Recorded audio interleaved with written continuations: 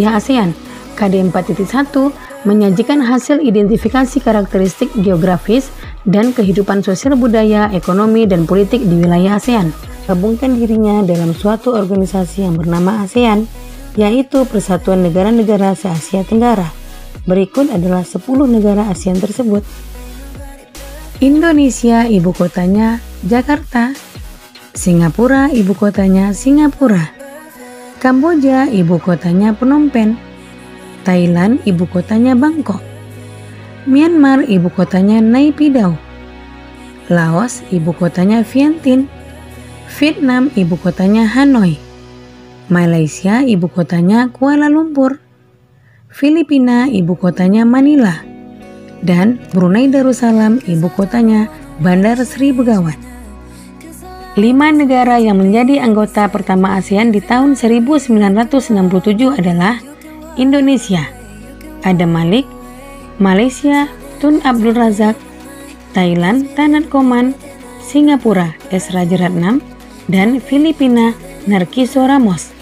Mereka adalah utusan dari kelima negara, sekaligus merupakan tokoh-tokoh pendiri ASEAN. Berikut adalah kehidupan sosial budaya masyarakat ASEAN. Yang pertama adalah negara Brunei Darussalam. Kampung Ayer adalah desa terapung di Brunei Darussalam. Tahun 1400, Kampung Ayer sempat menjadi pusat pemerintahan. Saat ini, banyak penduduknya yang memiliki perahu pribadi dan disimpan di bawah rumah apung mereka. Budaya Brunei banyak dipengaruhi oleh ajaran Islam. Mayoritas penduduknya adalah orang Melayu. Kata Brunei berasal dari kata Nah Baru yang diucapkan oleh Awang Alak Betatar, penemu negara ini. Kota Darussalam berarti tempat yang damai atau rumah keamanan. Dalam percakapan, menunjuk dengan jari telunjuk dianggap kasar. Secara tradisional, orang Brunei tidak berjabat tangan dengan lawan jenis. Melepaskan sepatu adalah kebiasaan umum orang Brunei sebelum memasuki rumah orang lain. Negara kedua adalah Malaysia. Patung Dewa Manungga di Malaysia merupakan patung berukuran 42,7 meter. Patung ini terletak di Batu Kafes, gua yang merupakan salah satu kuil Hindu di luar India yang paling populer yang didedikasikan untuk Dewa Manungga. Malaysia memiliki kota yang bernama Georgetown, yaitu kota yang terdaftar dalam UNESCO World Heritage. Kota ini terletak di Pulau Penang. Georgetown adalah kota yang memiliki ragam jenis budaya.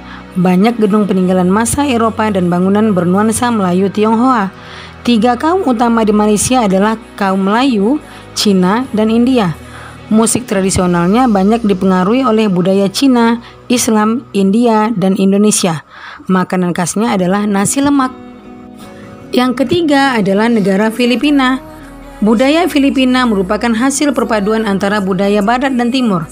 Kehidupan budayanya dipengaruhi oleh budaya Melayu, Cina, dan Spanyol. Bahasa Filipina adalah bahasa nasional, dengan bahasa Inggris sebagai bahasa pengantar untuk urusan perdagangan atau pergaulan. Ada 8 dialek utama yang digunakan masyarakat Filipina. Po dan opo adalah sebutan orang Filipina terhadap orang yang lebih tua. Mereka memanggilnya dengan menggunakan kata-kata seperti kuya, ate, monang, atau manang, yang menunjukkan rasa penghormatan. Yang keempat adalah Kamboja. Banyak candi di Kamboja terbuat dari batu. Dewa-dewa dari agama Hindu dan Buddha terukir pada tembok. Tari Apsara lahir pada 2000 tahun yang lalu. Relief tarian banyak ditemukan di bangunan-bangunan keagamaan di Kamboja. Orang Khmer mengenakan syal kotak-kotak yang disebut krama. Yang keempat adalah negara Myanmar. Myanmar disebut sebagai negara 1000 pagoda. Hal ini disebabkan karena sangat mudah menemukan kuil-kuil suci Buddha. Mayoritas penduduk Myanmar adalah keturunan Tibet. Bahasa digunakan adalah bahasa Burma. Pakaian tradisional Myanmar yang disebut dengan longyi mirip sarung Indonesia. Namun, kain ini membelit bagian tubuh mereka mulai dari perut hingga betis. Longyi yang berbahan kain katun bukan saja dikenakan pria dewasa, namun juga anak-anak dan wanita. Yang keenam adalah negara Vietnam. Permainan menangkap jangkrik dengan mata tertutup adalah permainan tradisional anak Vietnam. Anak yang berada di tengah lingkaran matanya ditutup kain, menangkap salah satu teman dan menebak namanya. Yang ketujuh adalah negara Laos.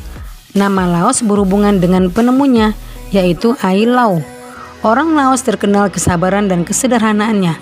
Hal ini terkait dengan ajaran agama Buddha yang banyak dianut masyarakatnya. Olahraga tradisional di Laos adalah katau, seperti olahraga bola voli, namun menggunakan kaki untuk menangkap dan memukul bola. Bola terbuat dari anyaman bambu. Selanjutnya, negara Singapura. Singapura memiliki lambang negara yaitu Merlion. Merlion adalah patung berkepala singa dan berbadan ikan. Menurut mitos, Singapura dahulunya adalah kampung ikan. Kampung ini bernama Temasek yang berasal dari bahasa Jawa yang artinya lautan.